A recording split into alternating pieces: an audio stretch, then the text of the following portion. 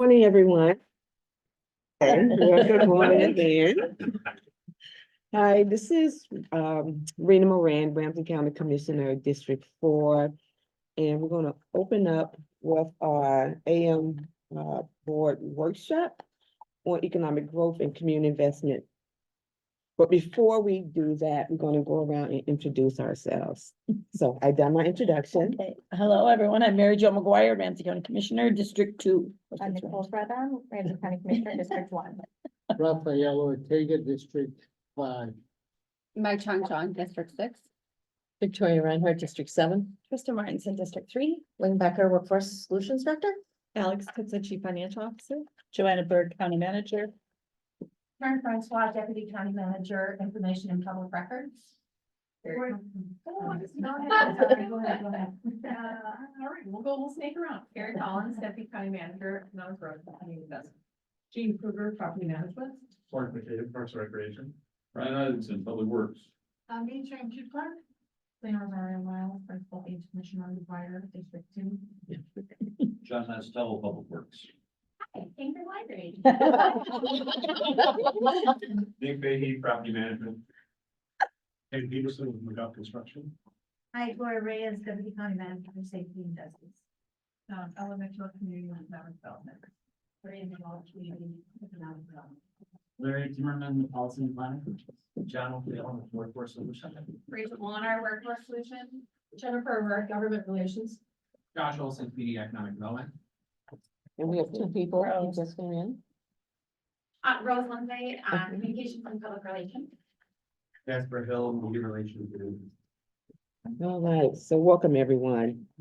So as we all know, the county plays an important role through a strategic priority of intergenerational prosperity and racial and economic inclusion by leveraging the investment we make through construction projects. In addition, there continues to be construction career opportunities in construction that are good jobs for our residents, but oftentimes they lack the knowledge to navigate the career pathway of this industry.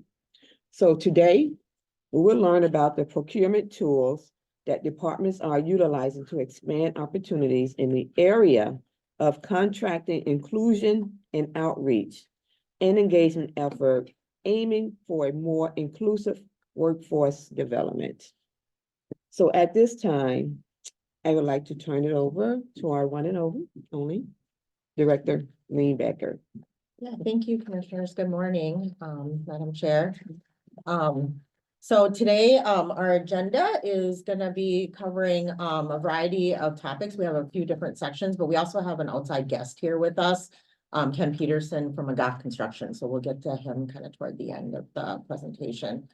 Our goals today is to update you about the work that happens across EGCI to support more inclusive contracting and hiring when it comes to our construction and hopefully in the future, our redevelopment projects as well. Specifically, we're going to be sharing about a Public Works Best Value pilot that we anticipate will be launching this fall. And then I'll be taking some time to share about Workforce Solutions, construction, outreach, and engagement efforts. And then, as I mentioned, we'll be doing a little bit of a deep dive around the work that McGoff Construction does out in the community as well. So as Commissioner Moran mentioned, this is an important part of that strategic priority around intergenerational prosperity for racial equity and inclusion work in our community.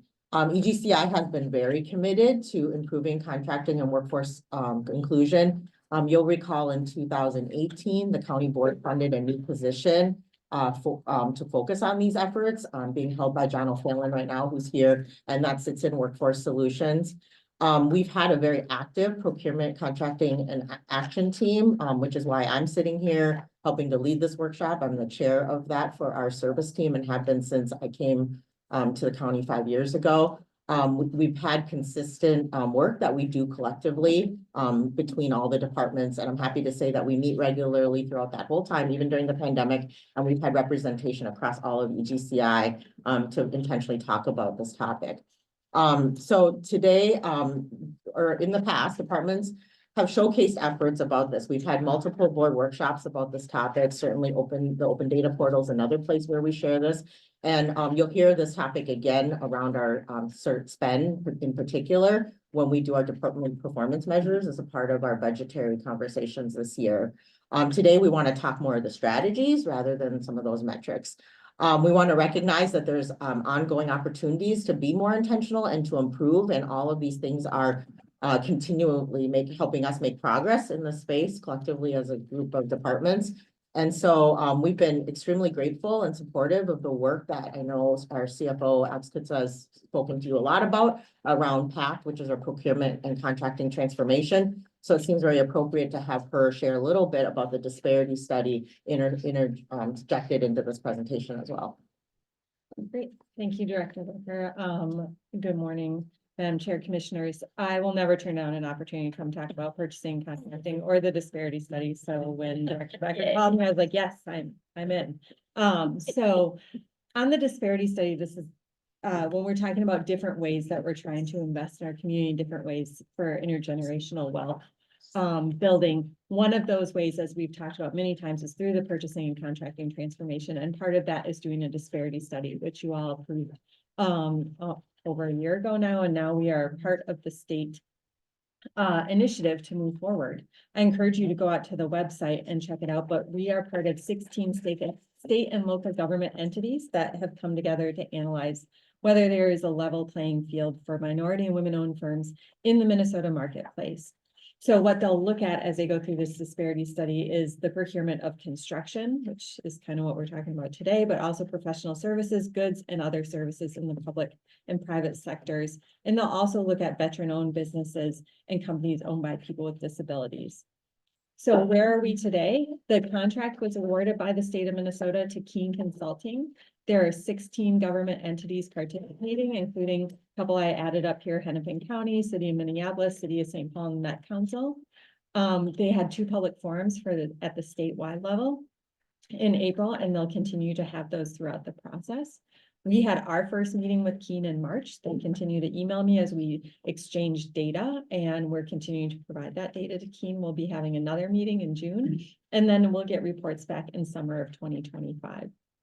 They do have, like I said, the website here, which is really great. They keep updating it regularly, so you can get updates there, and I'll also look for opportunities to come back and update you on where we are. Right. Thank you so much. I'm going to invite my colleagues, Mark McCabe and Jean Kruger, to come up and join me. And Mark will kick us off with this next slide. So thanks, Mark. Okay, all for one slide. Here we go. Yeah. I want everyone to feel included. Yeah,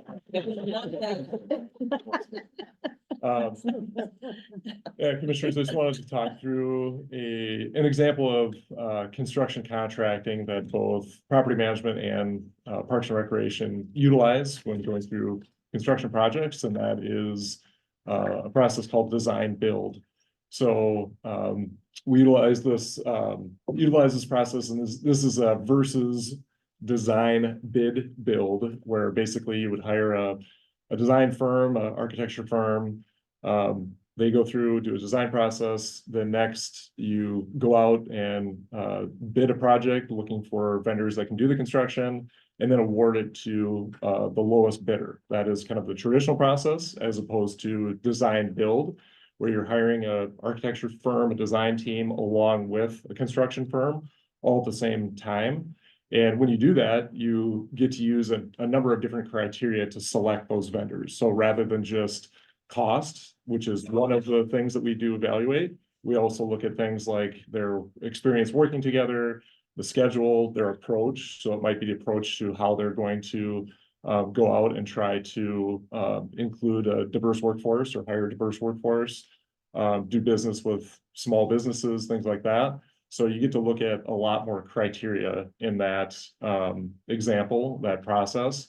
So that is a way of kind of arriving at a best value through that design build process, as opposed to the traditional. So we go through, do that criteria, select a team, and then we're not restricted on awarding to the lowest bidder. You may have that result where it ends up being the most competitive price, but you may make a decision on those other variety of criteria. So that has been a method that we've been utilizing in both these departments for some time and have seen some good value to that. Madam Chair. Okay, yes, Commissioner. I just wanted to comment that it was something that was relatively new, that we didn't do all that much when I first became a commissioner. Oh, Commissioner Ortega's not here. Okay, I was gonna say, he knows. But it really is something, it's like when we go out to buy something for ourselves, whether it's big or small, we generally look at, okay, what's the price and what do I need and does it meet my specifications? And so you might decide to pay a little bit more because it gives you what you really want. And to think about the fact that for a long time, we were kind of really, because we were government, had to go low bid and that was all there was. And you had to meet the qualifications, but still, you can meet the qualifications and have the low bid, but still not give the best product, the best value. And so our team has been really diligent about making sure that that's what we are getting. And so, but we were relatively, out there as far as what was happening within the state to make this happen. Yeah, thank you for those comments, Commissioner. And I think that's why this is such an important part of the level setting as we talk about what the Public Works Best Value pilot is. We wanted to make sure there was a clear understanding that these two departments have utilized something that's kind of in the delivery method or category of best value for vertical construction for a long time, early on. So I'm going to turn it over to Jean here to talk a little bit about how property management has done this. So before we move on, so I'm thinking, we had a process, Ramsey County had a process that was about whoever has the lowest bid. And so regardless of those other factors or values that we stand on wasn't considered. And so now looking at best value, that encompassed some of those values that we desire to have in whoever we are partnering with to do the work. Okay. And Madam Chair, some of that was because of state statute. Mhm. It wasn't like we had a choice. Okay. And so we had to really kind of plow our way. So that, that was my question, I think. So did we get the law to change, or did the law just change to allow for these? Because I think public sector always had to go with lowest bid. Not Ramsey rules, County. but we never did. Can you give us some Charter. history? Because of the charter, okay, Because that's, of the charter. yeah, okay. Because of the charter, we What- were. We did not have to go We to brought lowest. it to. Okay. I'm sorry, I just. No, you want? Yeah. You have the history. Yeah, yeah. I know, you were already referenced, right? Yes. How we had. We tear this on making your Yeah, question. yeah. Go ahead. The charter allows Ramsey County to bring certain issues to the voters. Mm, If the voters approve it, mhm, then we can move forward. mhm. So we're the only county that doesn't have to go to the legislature to get special permission if you want to deviate from low bid. Mm, So all our projects since I've been here have been design built, mhm, which helps you manage and control cost. mhm. Am I right? Yes. We So, good morning, commissioners. This is a good segue. My one's, so, yes, for property management, I'll just reiterate and I'll come back to your question, but, for years since the county has had that option to use design build, right, as a approved method and contracting as design build for construction, we look at each project upfront, and given the project, the scope, the complexities, the timeline, all those factors and more, we make a decision that a project is best delivered via design build or via the traditional design bid build or low bid. And then we structure the procurement solicitation accordingly, whether it's going to go out as a request for bid for both design and then the construction itself, or whether we're gonna do this combo design build. To your point, we look at every project, and of the major construction projects that we've completed the major projects that have been worked on 2020 to 2023, in fact, one was fully completed under design build. And 6 of the bigger one were done under design bid build. So in that time frame in property management, we actually had more on a number of projects that were awarded via low bid. But again, we look at them How all. big, which projects are those? That they did? So Yeah. the design, those are reno- the design build that's highlighted up there is actually related to the Maplewood Library renovation. And what we're showing there, But when you again- look at the jail, the mental health center, the Going- Rockville Library, I can keep on going. way All back, the Yeah. right? Design builds. Yep. And then these last couple of years, under the design bid build and all the different things we had done, we actually had a $30 million contract value. And those were more of the, I'll say, traditional repair replacement, like roofs, Yeah. exteriors, those things that I'm not gonna say they're not complex, but they're maybe not quite as complex or evolving as you go through a project as something. Whereas now, as we're getting into some of the renovations at Metro Square, where as we do some demo, there's more surprises than we expect, and we need to kind of adjust on the fly. And that's where having that design team along with the GC together, we can collectively evaluate our options, price it out and make decisions and keep going, as opposed to having to kind of put a stop on your construction, re-engage with the design firm, go through a lot of back and forth to move forward. I think the interesting point there too is as we're moving forward, and we have numerous projects on the table right now, probably more than at any recent time in property management. As we're moving, as right now and moving forward, we have design build project in progress, as I just mentioned, at Metro Square for the office renovation. And that is how we're delivering the Environmental Service Center, and you'll hear more from McGough, who is our GC lead on that project. But we do have design bid build, or those projects that were awarded based on low bid going on right now at the Family Service Center. We've got a roof replacement going on there. The renovation of the lower level at Metro Square, we did award low bid. The Downtown Service Center is another that we did award low bid. And we've got the 2 different elevator modernization projects that were capital approved for this biennium that are at the Law Enforcement Center and the Juvenile Justice Center that are bid. So again, we look at every project and make the decision, then we work with procurement and move forward with it. So as we get through 24 and 25, the contract value in the 2 different categories will both reach 50 million plus. And that will give us even more data to evaluate. As you can see here, the minority percent in those projects that were, the work that was completed in the past couple of years, the minority participation was pretty close, 17–18%. The female participation turned out here to be higher in the design bid build, but that was predominantly related to one GC, kind of in a certain type of projects. But it's as we move forward and see what workforce is available, and then potentially how we can have more say or more latitude in who is awarded not only the GC, but who is subcontracted.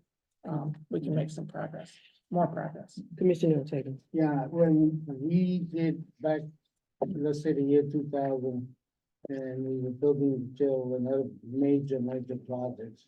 Renovations it probably lends itself better to low bid. Yeah.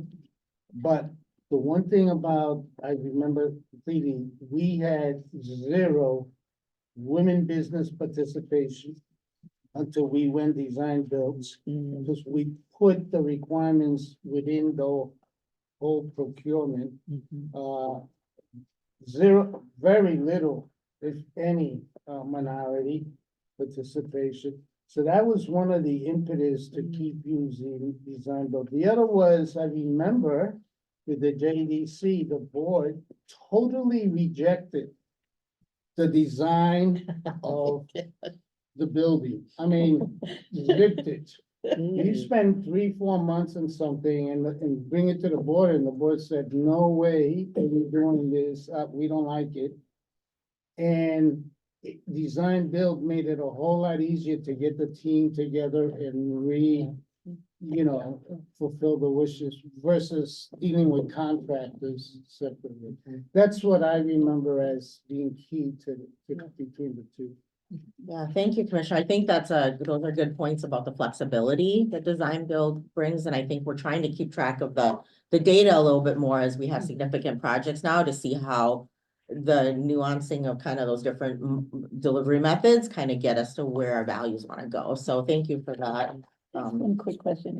I know we don't need to get into all the details of it, just so I have the context.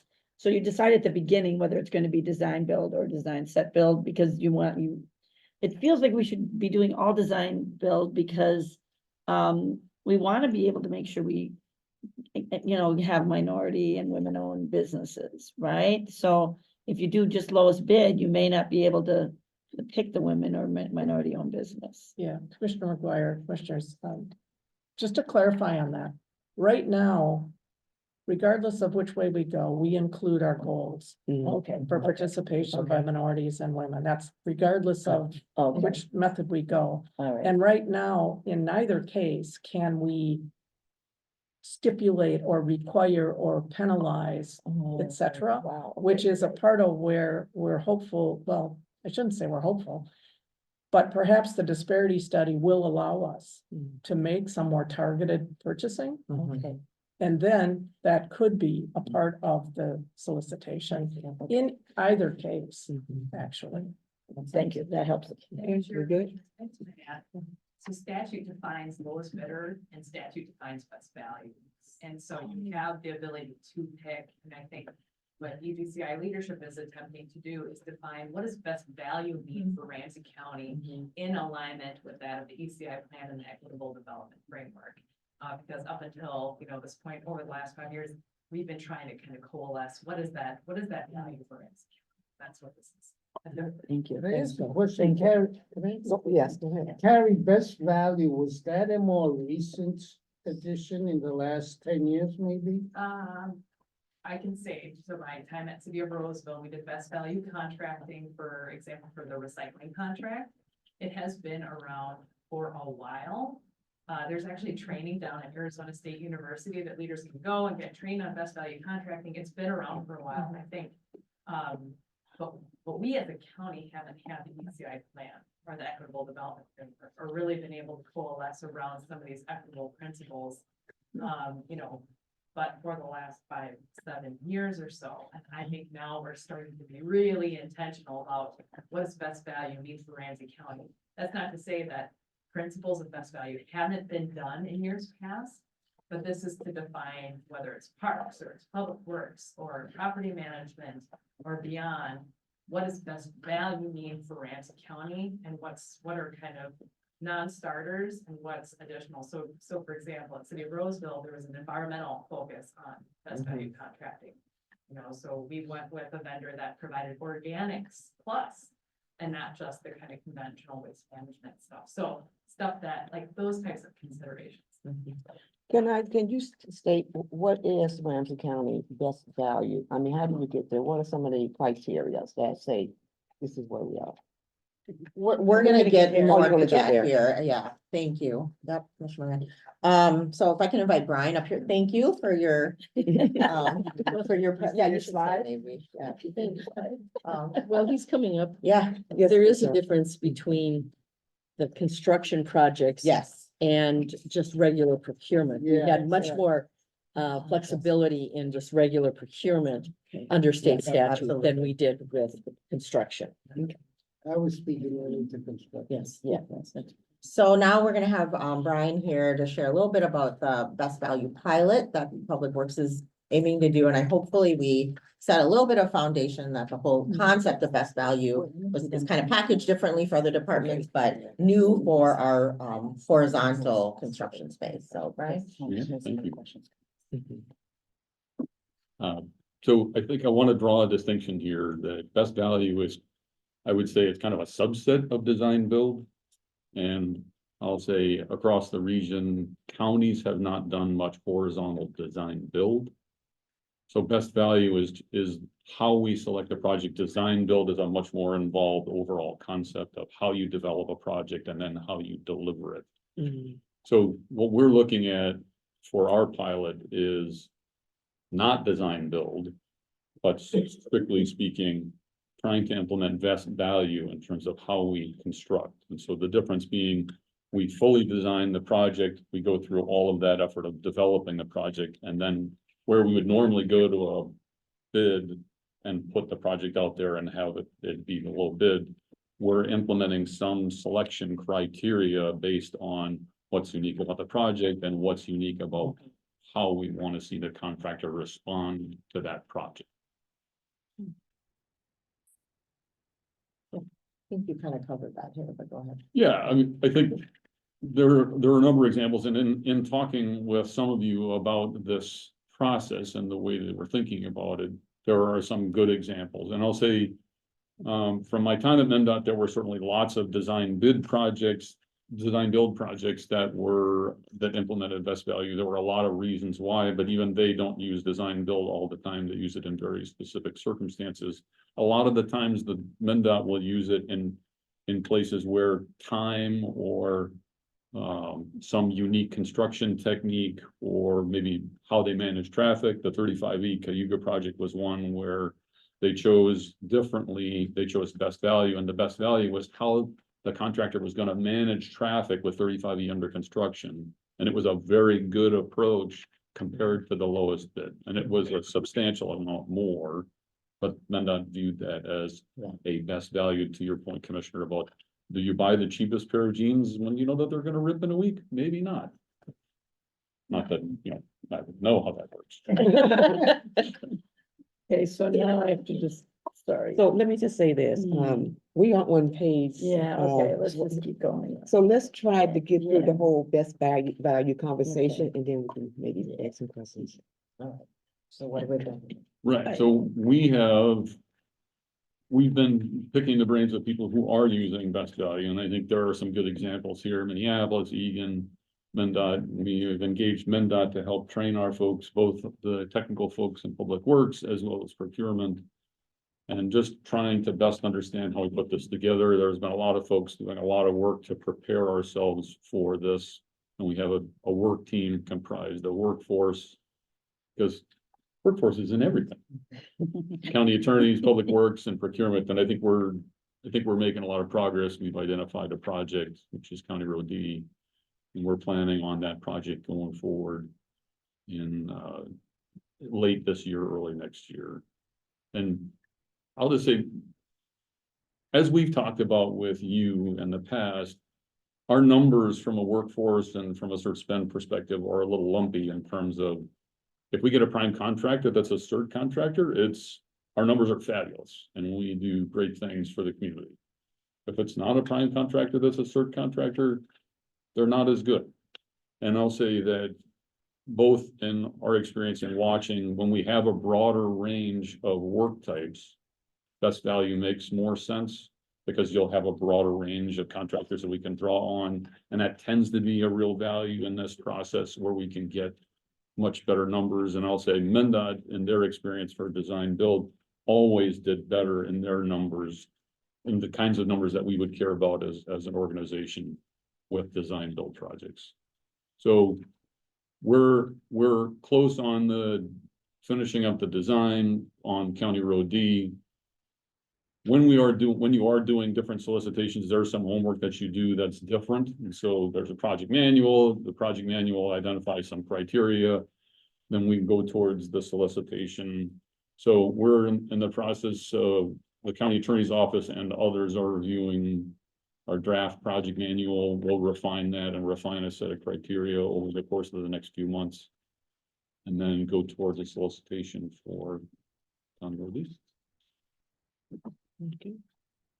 These are just a few examples of places, and I think I mentioned some of these when we talk about why or in what places you would use best value. Sometimes it's about, you're in a particular community, and Commissioner Zong, you raised the idea of, if we could do Dale Street again, maybe we would use the best value there. And that's another great example of community had some expectations, maybe we could build some of those things in. As is mentioned, we would love to say workforce and identify what the things are that we want. That's not a place where we can go, and there are examples where organizations have tried that and had to rebid and caused all kinds of heartache. Sometimes it's schedule, sometimes it's about inclusiveness of the project, sometimes it's about technique or expertise. All of those are gonna be on a case-by-case basis. Point being is that similar to Gene's example of, there's lots of bread and butter work where best value really isn't going to be a differentiator in terms of the type of contractor we get or the numbers that we get. And that's gonna still be a fair amount of our work, but in the larger projects where you have a broader range of work types, we get a broader range of contractors, we're much more likely to have success in raising. Who's that project? So this project for you, the yellow is the interstate, and so this is in the elbow of 694 and 35E, affectionately known as Unweave the Weave. And this is a reconstruction of County Road D from Greenbrier to County Road D Circle. We are doing a whole range of work types, including utilities, sidewalks, road reconstruction. So this is a great place for us to try this out. I think many of us has witnessed this project. As we navigate through this. You highly recommend us doing some work on County Road D, is that what? I think with any pilot, it's a chance for us to learn, and that's where having that, you know, our procurement contracting action team is really helpful, having this best value work team that is interdepartmental and includes the county attorney's office and procurement, so that we can figure out some of the learnings here while staying within the law and, you know, ensuring that we're doing the best job we can, you know, and then evaluating and figuring out how Public Works can continue to lean on this possible method as they go forward. So That's a big part of the culture Yeah. we're trying to build in Public Works, is that we try things, we do after actions to learn from our experiences, and we get better with every project. Commissioner Fetton.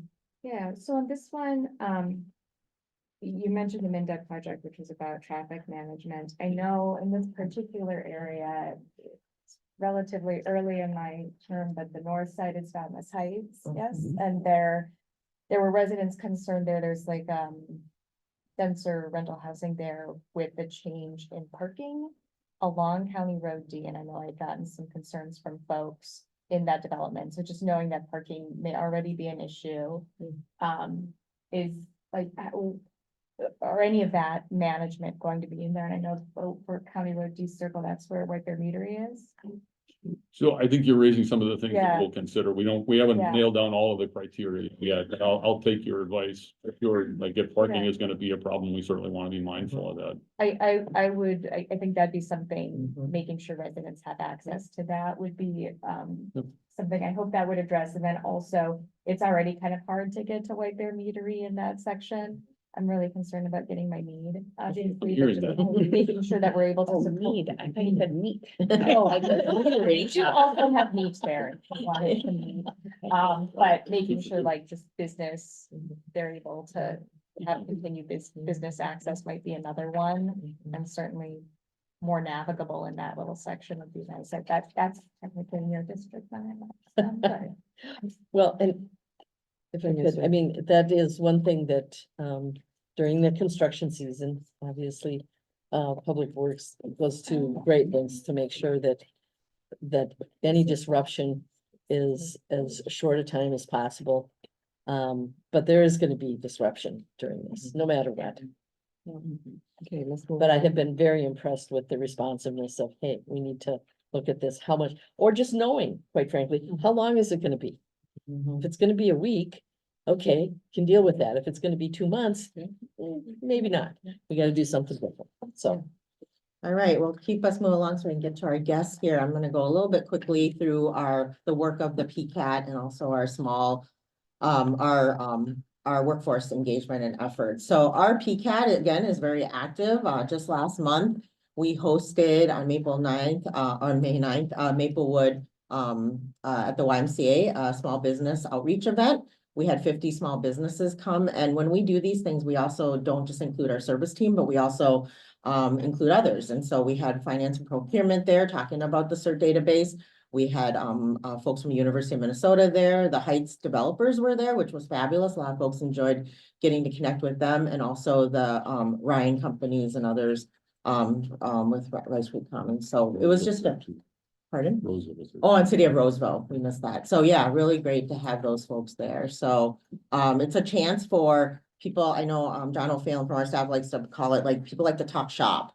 And so rather than just kind of interacting with the website, rather than just sort of seeing things kind of from far away, they're able to talk to project managers and ask a little bit more about projects, what's happening, kind of how do I, get to know people a little bit more face to face. So we've done this event multiple years and have just had great turnout, both from the business side and from our departments and partners.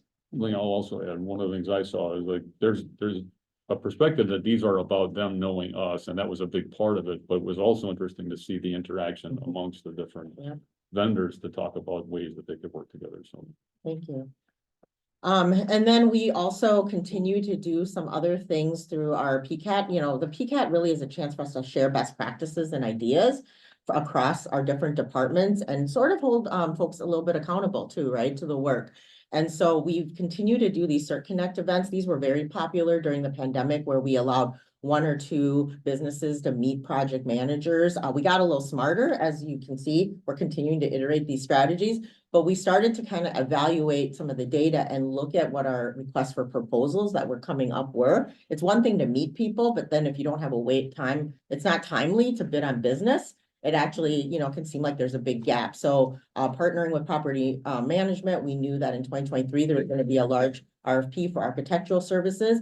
We then pivoted our CERT Connects to really focus on meeting and introducing architectural firms that were on our CERT database to property management. And we were fortunate enough to actually contract with one company that actually that kind of made those connections that way. So we know that it can work if we're really intentional, rather than just trying to make contacts for the sake of contacts. I mean, we really need to make contacts for things we're going to buy fairly soon, so that we can reap some of those, those returns on investment.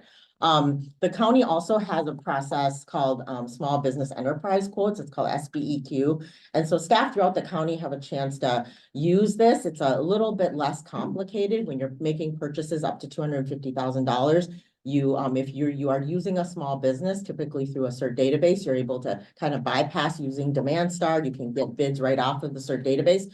We're really proud that EGCI has the highest rate of SBEQ use in the county. So we've been really trying to encourage departments to use this method before they do other things, and to really go to that CERT database. Because if we're gonna do all this outreach, get people to go on the CERT database, there's nothing worse than feeling like, I did all that work, I jumped through all these hoops, signed all these papers, showed all my financials, and then, I have yet to be able to work with the county. So again, really important that we use the tools that we have. And I know through the work of the PAC, we'll continue to evolve some of that as well. So I think the theme is, again, 5 years in, seeing this work evolve through our PCAT. I think the PCAT's started about, I was about a year in, so we've had about 4 years of history here. It's that intentionality and really working across teams to talk about these strategies and saying, boy, that sort of worked, why don't we try this? And then having all the departments in the room sort of kind of going in the same direction.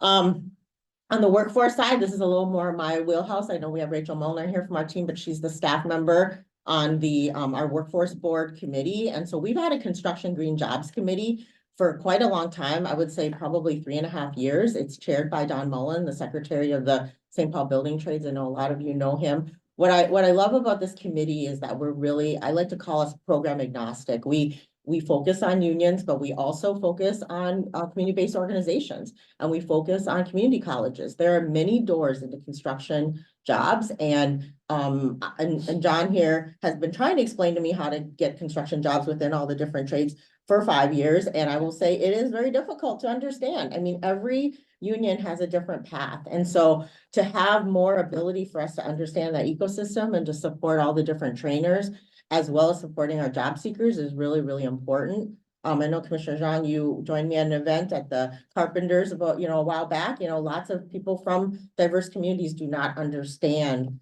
how these paths work. And there's a huge emphasis right now from the Department of Labor to focus on good quality jobs. And I think the data that we're seeing in our communities is that we have a lot of people working, but they're working low-income jobs and working multiple jobs. And this idea of working poor is a very real thing in our community. And so lots of these jobs in construction kind of break some of those income barriers and are able to create more sustainable family wages. So we're really interested in that. The Workforce Board has also invested in this inclusive workplaces cohort for several years. We are in our third cohort. And this is a 9-month commitment for businesses to kind of rework that, their hiring practices, to talk about how they have better work culture. As you can imagine, there's a lot of differences that happen at job sites between the people that work there that don't come from the same background.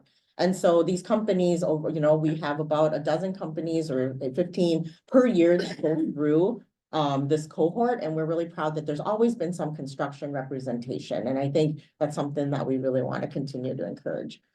Again, I mentioned John a couple times. I wanted just to honor him for getting a really significant award in our community. A while back, I was able to join him at the Association of General Contractors, and they gave him Ally of the Year award, which says a lot about John, but also says a lot about Ramsey County, that you have to be boots on the ground. So I want to thank you again for that 2018 commitment to really put a person in that role to be the face of the county as we talk to contractors, and to be able to do the hard work. Sometimes John's chasing an issue for someone to get on the CERT database. He's reaching out to, some of our department directors to figure out, why somebody's having a barrier. But then on the flip side, the departments use John on these projects as well to sort of ensure a level of accountability. When John shows up at a project site on a regular meeting, where we're saying that yes, we cannot have those quotas necessarily, but when you create a work plan and say you're going to work on all these bullet points of how you have a diverse workforce, we're going to show up every week at your project meeting and ask you how that's going, right? And so that is kind of the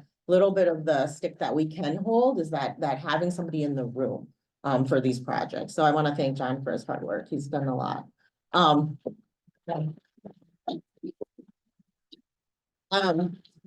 So this is my favorite presentation slide for workforce development that I show everywhere I go. So why I show it to most people is for a different purpose than I'm showing you, but I'll tell you why. Really, the challenge with engaging with employers when it comes to workforce development is that we sometimes have mixed conversations.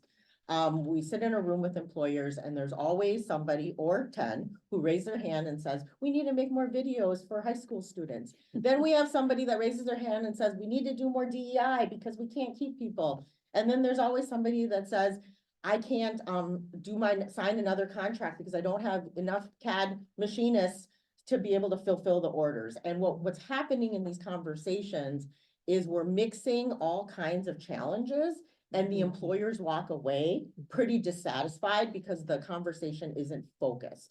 And so one thing that we've been really trying to do with the community, with our chambers, with anyone who wants to have a workforce conversation, is to create a framework of how do you have a pipeline conversation, how do you have an immediate impact conversation, and how do you have a transformational conversation? Because those are not the same players, and you don't use the same tools. And so when we talk about pipeline, we work with schools, right? And that makes a lot of sense. And we work with community-based organizations because we know we have a lot of new Americans that have to get into the pipeline. It's not just schools, but in particular, we have our Construct Tomorrow effort that we do, where we do at River Center. Really grateful that we've been able to invest some ARPA there. We do Career Connect Day. We have tons of, relationships with our school districts, and that's a big part of it. For immediate impact, many of you know about our Inclusive Employer Toolkit. We have had over 10,000 hits in the last quarter of 2023 on that toolkit. So we're looking to kind of drive that toolkit a little bit more, but that's for employers that just say, I want to do something a little bit better. I'm a small business. I don't have the resources. Where can I sort of do something better on retention or on hiring? Our Driver's License Academy, I look forward to sending you kind of a mid-program report here, but we've had probably 300 young people involved in this, and this is directly related to construction. You're not going to be able to work in the construction industry if you're not getting a driver's license. We are really fortunate to have 57 organizations in the community refer into the Driver's License Academy. So this is really one of those things where we have eliminated a barrier that all the different orgs in the community don't have to tackle, and the county sort of said, we will be the organizing mechanism, so we're not sort of over burning out kind of these resources at 57 organizations trying to crack, how to get driver's licenses, which is a really big workforce credential in our community right now. Probably 2 out of 10 jobs require driver's license right now in St. Paul and Ramsey County. We have a lot of job fairs. We just had a huge one over at the Carpenters. Over 30 different contractors were there. I know McGough was there. We have coming up, we have, all this is on the county calendar, but we have a fair chance job fair happening at Goodwill. There's a union job fair happening on the east side again. And then we have our midway job fair happening at the end of June. So springtime is a busy time for our department for connecting job seekers to employers. And then there's that transformational work that I talked about. And this is where we could probably figure out a little bit more of how we support small to mid-sized businesses. But these are things that take time, resources. We know in our own organization, if you want to do transformation around culture, how to make it a great place to work for everybody, it takes resources and it takes commitment. And so, as you can see, these are 3 very different things that we have to work on. And then underneath all that is this concept of building your own future. I'll show you that in a second. We have lots of learn and earn programs through ARPA that are construction related. And everything kind of in that climate equity action bucket for us leans into this as well, because that construction green jobs committee is kind of put together like that for a reason, recognizing that many of the jobs that are in the green space are electricians, are different laborers as it comes to the infrastructure bill. So Let me pause for one moment. Yeah. So, Madam Chair, this supposed to end at 12. We still have a few slides. Can we go over or is it a hard stop?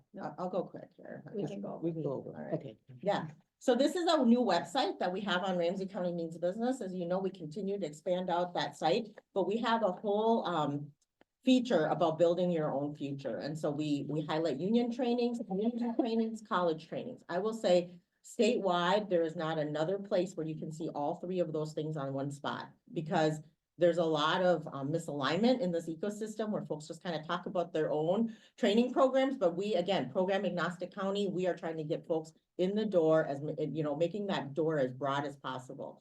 We're going to be doing more community outreach. So that committee right now is working on community kiosks. Imagine a community where at libraries, at community-based locations, you could scan a QR code to learn about construction industry. And in the event calendar, where job fairs are happening. Where there are open houses that are different union halls. We're fortunate enough to have the most union halls, in the whole metro of union construction training. We have request a speaker, so someone like John will come and talk to a community group about different opportunities in construction. And right now, our plan is to align with neighborhoods and community activities where there are active projects. So we're very focused on the east side right now, but open to other areas, but the goal is that as you see, there are construction and dirt being moved and things happening. We want to build on that excitement in a community that you may or may not get to work on that project due to the fact that you need to learn, get trained and do some things, but it can sort of be a motivating factor to sort of open the door. So with that, I can take any questions while Ken comes up, but I know we're running short on time, so. Yeah, you want to quick introduce Ken? Yes, sure. Thank you, Commissioners Ling, for that. You've heard a lot from us on how we try to go about our contracting, but a big part in the construction world happens through our general contractors. And all of the general contractors we work with have their own programs for developing their own internal workforce, as well as their efforts to expand their network of subcontractors, and particularly the minority and women subcontractors that they use.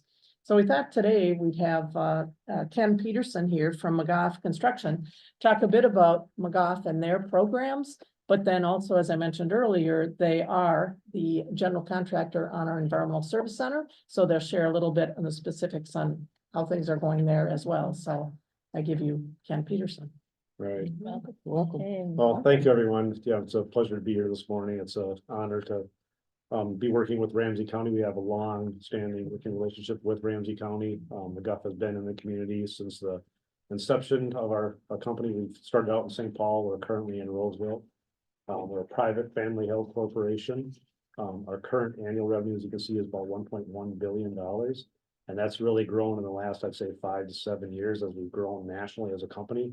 We just found we kind of plateaued as a company, or what we could obtain as our fair share in the local marketplace, and for it to grow as a company, we started to grow nationally. So today we have roughly 700 employees. And our firm was initially founded by an Irish family that immigrated here from Ireland. And Peter McGuff and his 6 sons started the McGuff Construction Company as it exists today in 1956. So been in existence for 67 years in the Ramsey County area.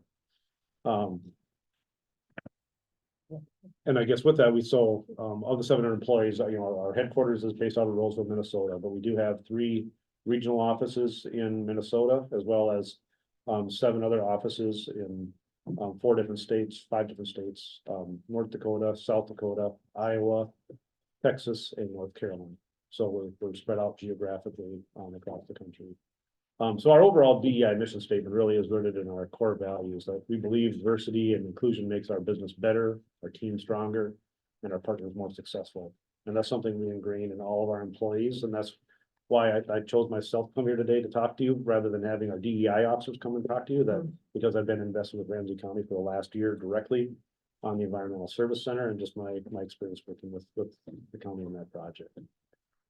So we turn that belief into action by building a diverse, exceptional team, an inclusive culture, and an innovative and thriving marketplace by working with communities and our partners. So I was encouraged earlier listening to you guys talk about the whole best value versus low bid. Because McGuff, I mean, low bid is not, doesn't align with our culture. We chase very little of low bid work. We were pioneers in the negotiated work, as we called it historically. That became, the current model of construction manager at risk. It's a simple type of delivery method of design build where you can bring a contractor on board early to help define those best value parameters for the project, help guide the client and design team around project cost value, and working on an accelerated schedule because there's time value of money as well. But often we can start a project sooner by having a contractor on board and working through how to procure work, understanding all the issues that have gone with the rapid inflation that we experienced through all of COVID. Historically, that's thrown a lot of people off of their budget plans and how do you appropriate funds to accomplish some of your 5-year, 10-year plans for accomplishing projects. Environmental, sustainability goals, and then obviously the equity and inclusion goals are all things we can talk about early in the pre-planning process to make sure we're onboarding the partners that are going to make the project successful. So some of our key initiatives that we work through as an organization are participation in the mentor protege programs, and I'll talk specifically about some mentor protege programs we have specifically with Ramsey County on the project we're working on, and a couple of the partners we're working with there. We're very actively involved in multiple organizations that serve minority focused industries. I'm not gonna read off all this acronyms, you can read those. And then a lot of the community-based organizations focus on driving successful employment in the construction industry specifically. And historically, we've had, I'd say honestly, more than this, but we've intentionally narrowed down our focus around specific core organizations that we feel really are helping drive the business for construction specifically, and how we can help support them and they can support us. So the ones we're really focused on are the ones you see here: Goodwill, Easter Seals, Summit Academy, Building Strong Communities, Construction Careers Foundation, Minnesota Trades Academy, et cetera. And then, in Roseville area high school, being in Roseville, McGuff as an organization spends a lot of time educating high school kids about the opportunities in the construction field, because I think historically so many kids, again, we've all heard it, you have to go to college to be successful. There's actually a very successful career path in construction. It's not, there's this mindset that it's a physically demanding, laborious job, but the reality is construction has evolved so much with technology and safety protocols, around workforce injuries, that this mentality that's this brute force job. You got to be the strong, buff guy to do this hard physical work. We limit how much people can pick themselves physically without needing mechanical assistance by other means that prevents those injuries from happening, and also creates that opportunity for more people to do that work regardless of what type of activity it is. So educating them about those opportunities, and that the career path goes beyond just how you might start in your career, that there can be not just a job that you can be successful at, but actually thrive in. That you're not going to be the person in the field doing the work your entire career. You can move into a foreman position, a superintendent position, field management position, you know, up into the office. I mean, there's, the opportunities are endless in the construction industry, to get into. So as we look at the workforce participation, you know, the statewide demographics you see on the left here are published by the Minnesota Dean Office, where you can see how the construction industry compares to the overall industries throughout the state of Minnesota. And my eyes are really bad here, but I think I've got the numbers remembered fairly well. But you can see the when we look at, this is by race, you know, the throughout all of industries, the workforce participation by race sits at about 16%. Compared to the construction industry, we're only about 6% of the workforce industry is minority participation. So when we look at our own inside of our own walls of our own organization, how do we compare to the construction industry? And we're, you know, honestly, we're kind of right on track with the rest of the construction industry. We're slightly better than that, where we have about 7% minority participation overall with all employees, and about 7%, or I should want to say maybe 8 or 9% for the trades. So we actually have a higher minority participation out in the trades than we do when we look at aggregate of all of our employees. And some of that, you know, when we look at, again, when I explained earlier, our regional offices, you know, the challenge we have is we get more in the outstate areas of the Dakotas and rural Minnesota, those opportunities to bring in the diverse communities, as you know, the different racial diversity becomes a lesser opportunity in those areas. Whereas here in the metro, we have a much stronger opportunity to work stronger, and you'll see that on our job sites. And when we look at statewide demographics by gender, again, you can see actually women are beating men these days. That there's more women in the workforce than there are men. But construction, not the case. Again, like I mentioned earlier, I think it's viewed as this physically demanding job that hasn't been as attractive to female workforce people to think about going into construction. But we're seeing, you know, in our industry, we have, you know, a lot of our administrative staff, most of our legal counsel, a lot of our project management staff are female employees. But when you move to the field, you can see that dip off of kind of tracking the, you know, trying to get females interested in actually getting boots on the ground on the job site is a more demanding ask to try to get them interested in that career path. Excuse me, go back. Yep. So I'm trying to understand, you have 50% that is statewide. But then when you look at all employees and trade employees, the amount of women, I'm trying to see how that equal to 50%, because it looks so small to me.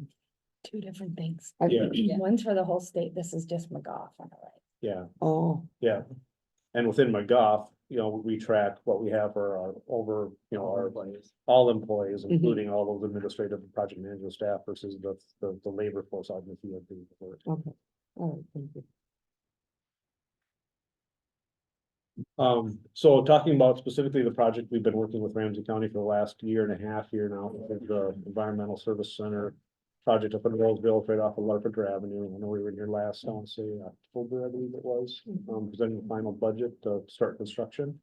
We did some early preparatory work last fall, but we really got going in full earnest just this past April. We got remobilized and began construction in earnest on the site.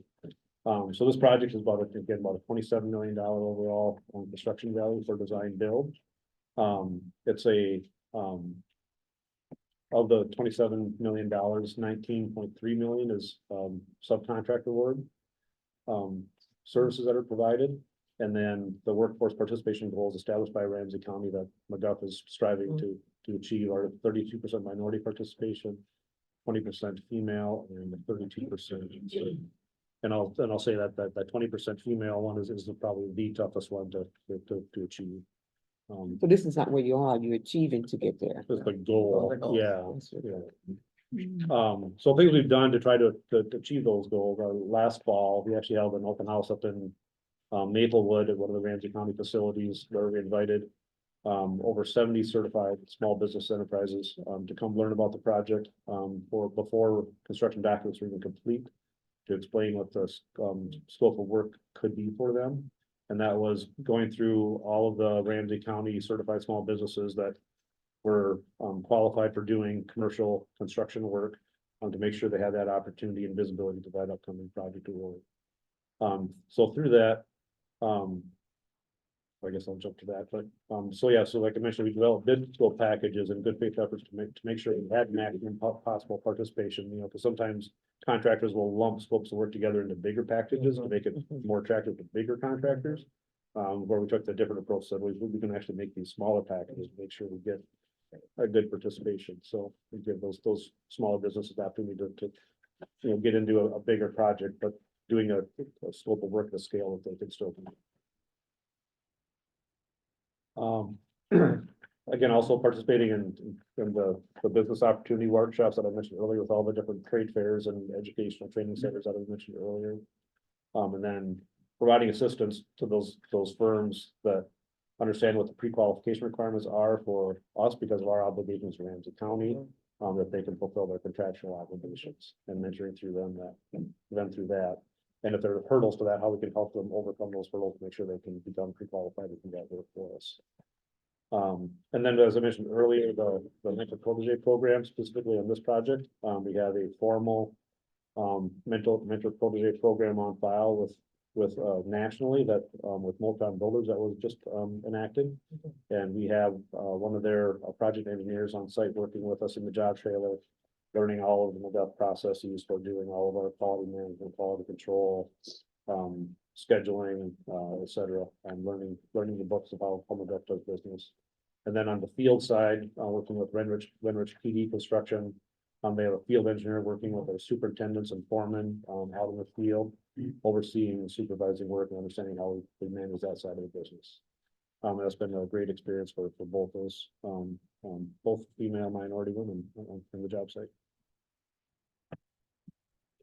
So I mentioned earlier, the total value of subcontract awards was, I think it was 19 million. Whatever it was. So of the subcontracts, you can see here, 16 of the 36 subcontracts awarded, you know, almost 50% have SPE firms associated with doing that work. So when you look at the dollar value of the work that those SPE firms are doing is just about 5.8 million. So we're coming up just under 30% of our target goal. As Sippy remember earlier was 32%, and we're right now at about 30%. But there are some scopes of work that are evolving with this is a brownfield contaminated site, so there's been some ongoing known contingency risk with some of this environmental site cleanup that'll actually, the people doing that work are SPU first. That number will only go out from here. So, as I mentioned, we only started construction in April, so we don't really have a lot of metrics yet on the actual boots on the ground labor workforce doing the work, because we only have about a month and a half worth of labor statistics to track, which has been almost predominantly earthquake today. So it's really one trade partner that's the bulk of the work prepping the site. So this photo was just taken beginning of May, where you can see it's pretty much just a brown site and we're just coming out of the ground with footings The and walls are up. and I drove precast. by Yeah, this morning. so he went up. Yeah, they just went up this week. They did. Just this see week, it to see the also. building. Yeah. A turn to the up. Mhm. So that's, I believe, it for my presentation. So any questions or comments, I'd be happy to entertain. I'm chomping at the bit just to Yeah. say, good job. Thank you. So Mary Jo, represent Roseville, grew up with the McGoffs. We call them McGoff, you would say McGuff, but we grew up with Tom I and get credit, Colleen. I say it wrong. It is McGoff. You It's say it right. McGoff, yeah, and so grew up in Falcon Heights with, the grandson now is the owner, or the president, Tom Jr., that I yeah. grew up with. Yeah. And they are just an amazing family that really walks the talk, and so I really appreciate your presentation here.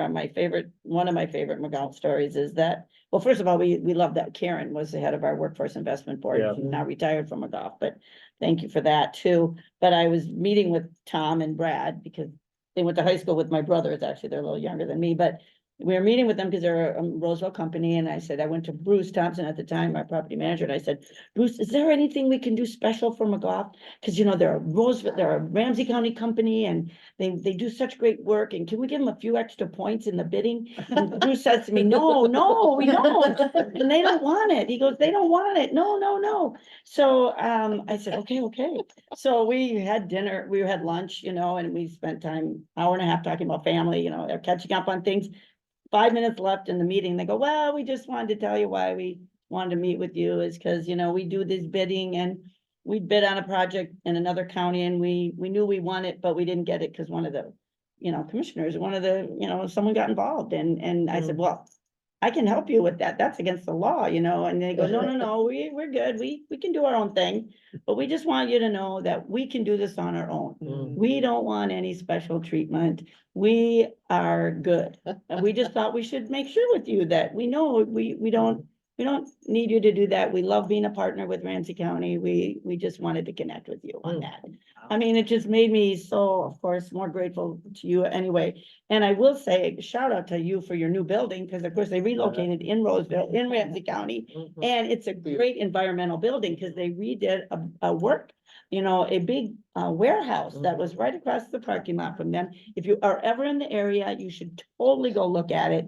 It is gorgeous. They kept the beams, you got Yeah. tons of awards for this remodel of your building in Roseville. I'm such a fan of you and your company and the environment that you work in and how you really do walk the talk. So I'm super glad you're doing our Environmental Service Center.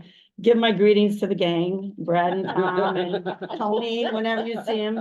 Jonathan Weinhagen is a son-in-law, I think, of Tom. And anyway, just thank you. Yeah. Thank you so much. Okay, do you like them? I love them. I love McGough, yeah. All right, any other comments or a closing statement?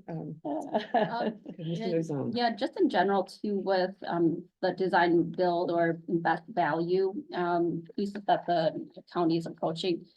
Do we have in our contracts for these requirements for the goals? And if the goals are not met, what happens? Right, so Commissioner Jung, that's the exact point. We put those goals in every construction contract. Their goals, we work with the contractor, whoever it may be, from the start to talk about how they're gonna go forward to do their best to meet those goals. But as you're hearing here from Ken, right, they're challenged just based on the workforce that's out there. Yeah. No, there isn't a penalty, there isn't anything we can do per se to withhold money or choose to not award to somebody because they didn't achieve. Again, it's all part of why we want to continue to move forward with the design build construction concept, the best value, in order to potentially be able to move more in a direction where it is a thing that we can consider, or that we can put some more teeth into it. But right now, it's a goal and we do work hard, and that's why we do like the design build process in order to work with firms that also have that value and that desire to really achieve the goals, as opposed to just a low bid and not really care about those goals at all.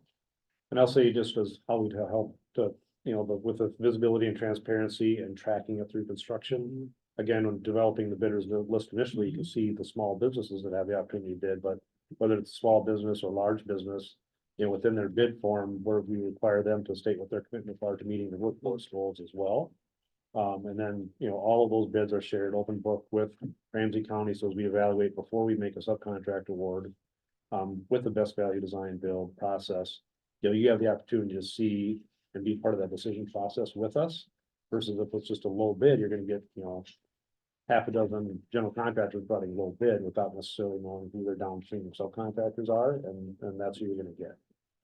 So with that, then when you can provide that transparency and asking for those commitments from the subcontractors, that can be part of that best value evaluation as well. So if there's, equal cost and one has zero participation and the other one has meeting the goals, that becomes the deciding factor for us. Well, I just want to say thank you for your leadership and the work that you do.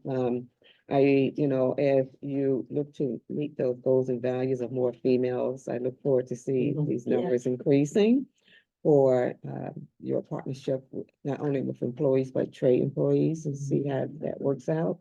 And thank you for being a partner here at Ramsey County. We appreciate you and your work. The family does. Then I just want to say thank you for your presentation. As I look back at, through this presentation, from small business outreach to the inclusive workforce outreach and support to the workforce framework, and, building our own future in the way that you're doing your work over, and in partnership with, and just whole big comprehensive approach of bringing people all in around those values. It's just exceptional work. And I just want to say thank you for the work that you do and how you see solving the problems or creating a better Ramsey County, including with this partnership that you have here. So thank you. Yeah, thank you, Commissioner Rand, and I'll just end by saying, we want to thank all the members of our EGCI PCAD who do that work every day and connect back with us, and all our department heads who really put intentionality toward this. Like, this is a topic that we are always looking at as a service team, recognizing the important part it plays in that strategic priority, and we have some ownership to improving those outcomes for our residents and small businesses. So thank you for, spending time with us today to learn more about some of the steps we continue to take. Every year we get a little more better in some of the work that we're doing in this space. So thank you. Awesome. Yeah. Thank you. And we are adjourned. Thanks.